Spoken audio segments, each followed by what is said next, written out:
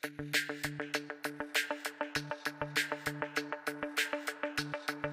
ladies and gentlemen, just before we invite Professor Lovelace to come up with his closing remarks, there's a lot of people that are involved with the collaboration and the conceiving, design, and delivering of this conference. I'd like to acknowledge Professor Lovelace, Stephanie Von Lackey, for your stewardship and your vision for the leadership of this conference, because as you can see across the top line, there are the key partners that bring this together.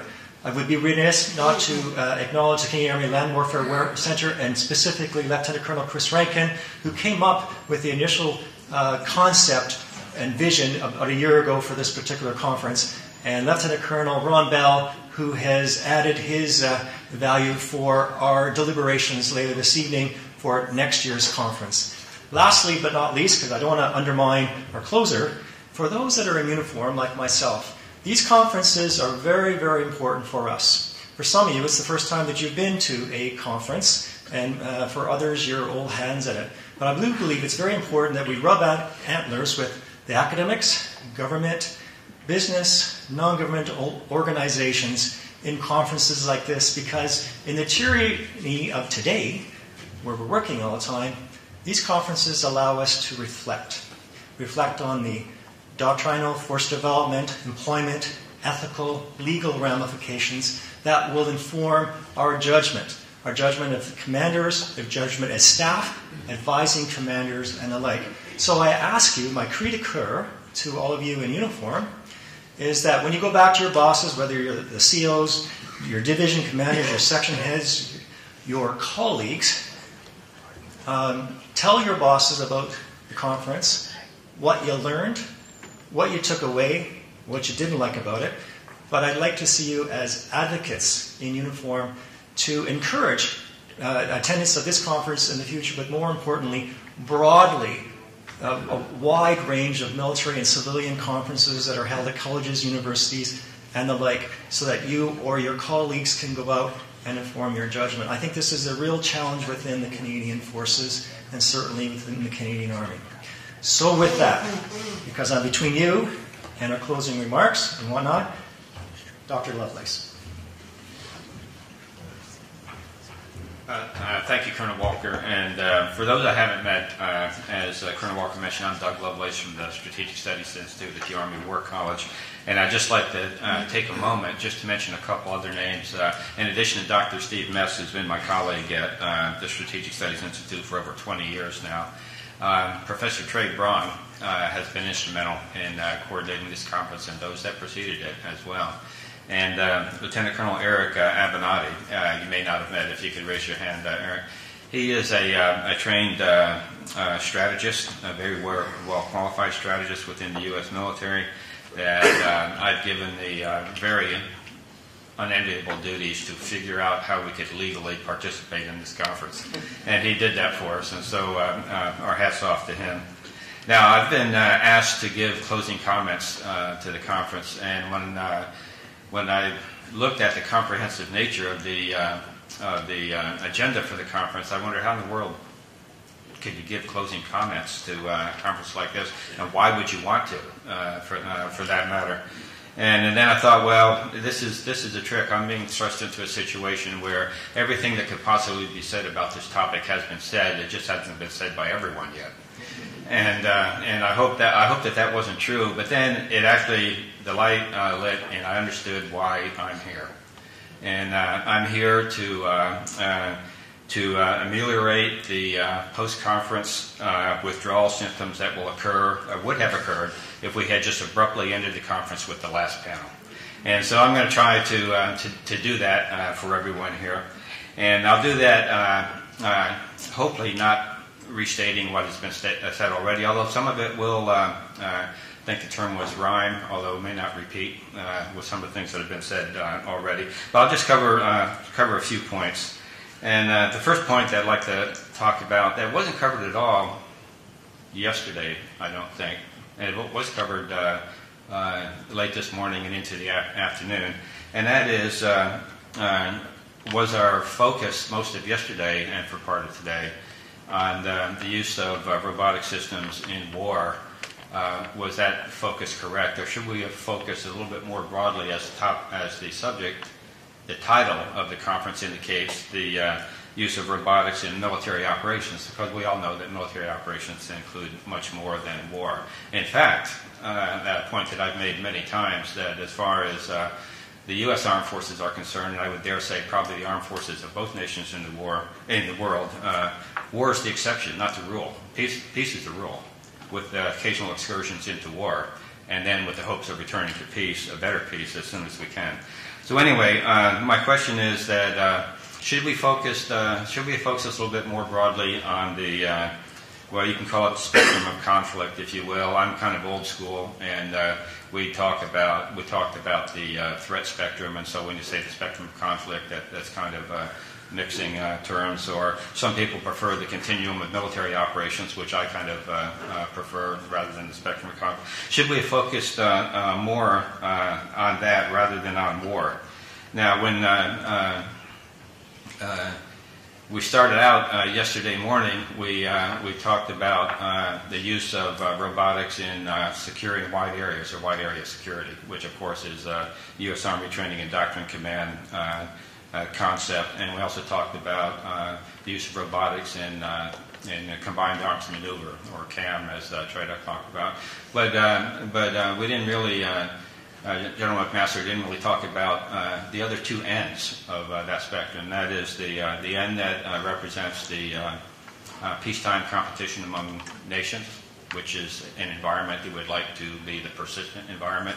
We know that from time to time that the peacetime competition among nations and today non-nation groups sometimes transitions into conflict, which is another state of the security environment, or the continuum of military operations, or spectrum of conflict, if you want to call it that. Conflict is not always defined as war, as we know, and so from conflict you could escalate into war if you're not able to manage the conflict correctly and suppress it and return back to the peacetime competition among nations. And then, of course, if you go to war, you should go with the objective of returning to a better peace. And that puts you back into the state of the peacetime competition among nations. And so, if we look at it from that framework, then I would ask the question: what is the utility of robotics, or robotic autonomous systems across the spectrum, across the continuum of military operations? Now, from a U.S. perspective within our doctrine, and I think the Canadian perspective is fairly similar, is that during peacetime we believe that we should engage in peacetime engagement activities, or peace maintenance, or as my colleague Professor Braun, I believe the way you phrase it, Trey, is dynamic peace maintenance. That the idea is that there are always going to be challenges to peace, but to maintain the peace requires a very dynamic approach to international security that would enable you to essentially address issues before they actually transition into the next phase, into the conflict phase. And so the question is, what is the utility of robotics in peacetime engagement activities? And one idea that actually Dr. Metz and I discussed a little bit earlier today is that, and actually General McMaster alluded to it, although he didn't state, he stated it within the terms of war rather than within terms of pre-war or peacetime activities, and that is a forward presence that doesn't involve as many boots on the ground.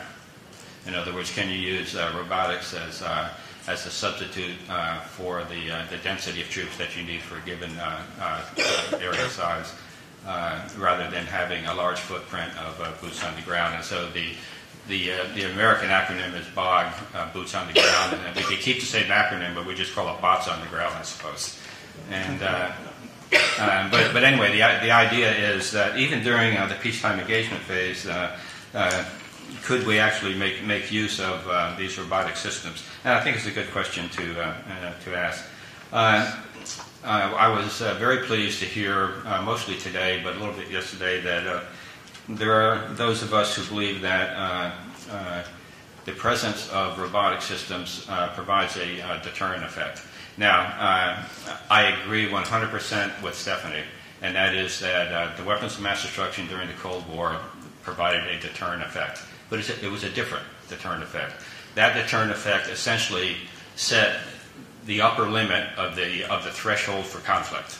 And if that threshold, the thought was, if that threshold of conflict was exceeded, then you risk nuclear exchange, you risk nuclear war. I would say for the types of robotics that we're talking about here, and the type of deterrence that the robotics would provide, is a different threshold. In other words, right now, the problem with a lot of the conflict that's occurring within the world is that adversaries have learned to come in just underneath the threshold of response. And so what we're really talking about with the robotics is how can we use robotics to continually lower that threshold of response to discourage the Putins of the world from going into crime area, or to discourage others. And so that's so I don't think that's in any conflict at all with your statement and your theory, Stephanie, of deterrence. But anyway, that's another question that I would ask. And along the lines of the deterrence, being a very used up strategic planner from the Pentagon, but I remember the days of I&W, indications and warning, and we spoke in terms of unambiguous warning, and once you have unambiguous warning, the decision is to go, and then to the left of unambiguous warning, you have ambiguous warning, and then to the left of that, you have indications and warning. So the question is, can you use robotics or autonomous systems to shift the W to the left and to shift the I's to the left? And if you can, and I believe that you probably can, but if you can, then you create more diplomatic space for politicians or those who would perform diplomacy to seek solutions before you actually get into the conflict and actually get into war. So I think that there's another way of looking at it that way. And in addition, at the same time that you're able to shift W and I to the left, you're also able to create space for more precisely graded responses to certain actions. In other words, in the old days we talked about flexible deterrence actions. If the enemy did, this at this level, then we'll respond accordingly. That level, we'll respond accordingly. But it's possible with the use of robotics and non-lethals to provide even a more precisely tailored, graded response for each type of enemy activity. So that's just another,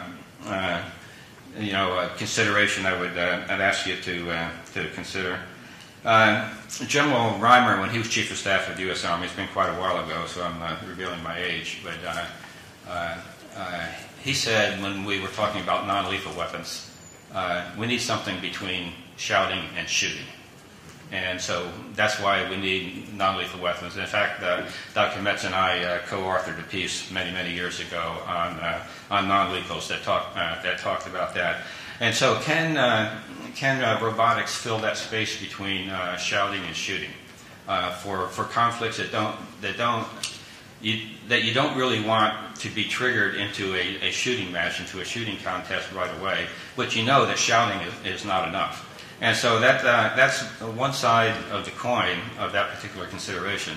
The other side of the coin, however, is, and this is something that Dr. Metz and I talked about also many years ago, is that if you do have something in between that fills that gap between shouting and shooting, are you not really just providing a very convenient run to the escalation ladder? That someone would be willing to take that additional step into the non-lethal use of non-lethal robotics, would be willing to take that additional step, which signals perhaps a willingness to take the next step into war and to conflict. So there are two sides to this coin, but it's still something to consider, I think.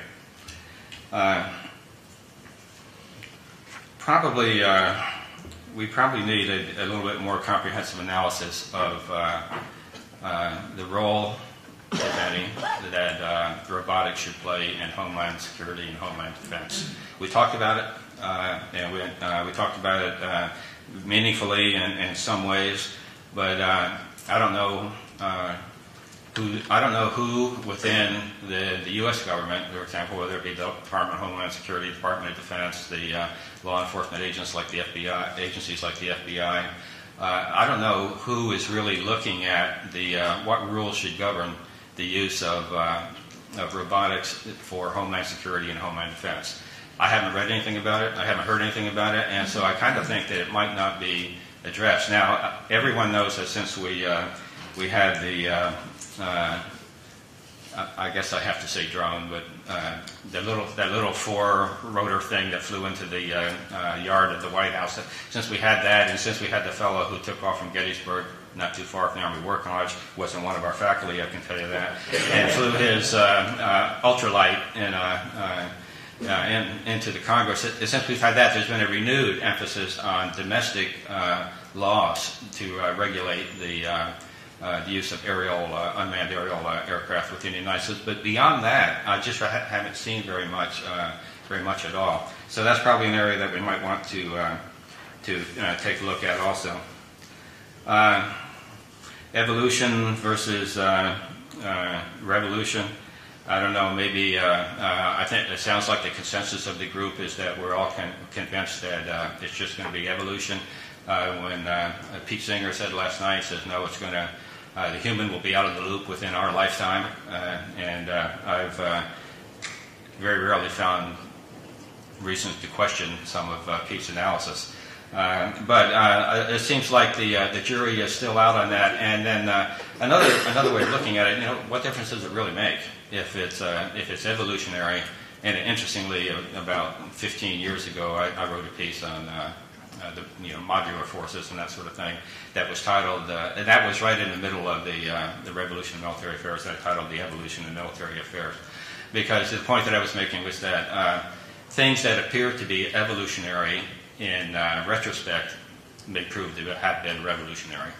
And so I'm not sure if it really makes sense to talk about whether it's revolutionary or evolutionary, but what I would say is that maybe we can reconcile those two positions in part by at least saying that once the technologists demonstrate to us that it's feasible to take the human out of the loop, then maybe there won't be as much of moral resistance to doing so than we think that there is today. But today we just don't see the feasibility of it, and so we're very, very reluctant to even consider the idea of taking the human out of the loop. I think definitions matter. The fact that we don't have an internationally accepted definition of RAS is important. I think it's critical. I don't see how nations can come to a consensus or an agreement on the rules regulating the use of such systems unless they can actually define what the systems are. So I think that there's going to have to be more work done on that before there's going to be any type of an international agreement on what the rules for the use of those things. I mean, maybe there will never be an international agreement on it because of the fact that we won't be able to agree on the definition.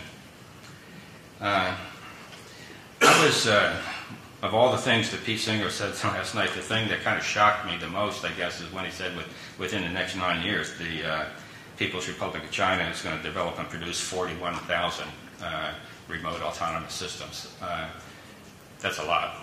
And we at the Army War College have a long-standing relationship with the People's Liberation Army. We meet with them at least once a year. We have an annual conference on the People's Liberation Army. We kind of know how they think, and I would tell you that till this day, they very, very stridently subscribe to Sun Tzu's axiom that success in war is defeating the enemy without battle, and to take the enemy intact without damage to them. So the fact that the Chinese are making such a heavy investment on robotic systems is concerning to me, and only because, like I said, we work very closely with their Academy of Military Sciences. We know who writes their white papers. We know how they think, and it's something that we need to pay a little bit more attention to, I think. So anyway, I hope that with these few comments that I haven't repeated a lot of things that have been said already during the conference and provided some sort of a closing wrap-up. Now, along the lines of reducing the potential post-conference distress that we might feel once we leave here today, I'd just like to take the opportunity to announce what we believe will be the topic for next year's conference. And this isn't the title yet because we have to work collectively. We have to work together to figure out what the title is going to be. But it's the human interaction to influence behavior across the spectrum of military operations. And so won't be talking about robotics so much next year. We'll be talking more about humans, and so that should comfort some of us. And armed with that knowledge before you leave today, hopefully the post-conference stress disorder won't set in, and you'll be okay to travel back home in peace. And of course, I really want to thank, from the Army War College and the Strategic Studies Institute's perspective, the opportunity to work again with Queen's University. Stephanie and Kim, it's been a real honor. I have to apologize again for us being AWOL for a couple of years. We tried our best not to be, but now we have Lieutenant Colonel Avenatti on board, so I think we're going to be good to go in the future. Canada's Doctrine Trading Center, of course, Rob, it's always a distinct pleasure to work with them, you as a partner. And the NATO Defense College, new partner this year. I don't know if it's my place to welcome you to the group, but I'd like to provide a welcome anyway to the group. And then, of course, most of all, to all of you, and I'll just say, just actually take a look around the room. We have suffered almost no attrition, after lunch, and that is truly remarkable. That's a testament to the quality of the conference, and that's really great. Anyway, we all wish everyone safe travels home. Thanks for your contributions to the conference. I think it's been a very worthwhile endeavor for all of us, and we look forward to next year. Thank you.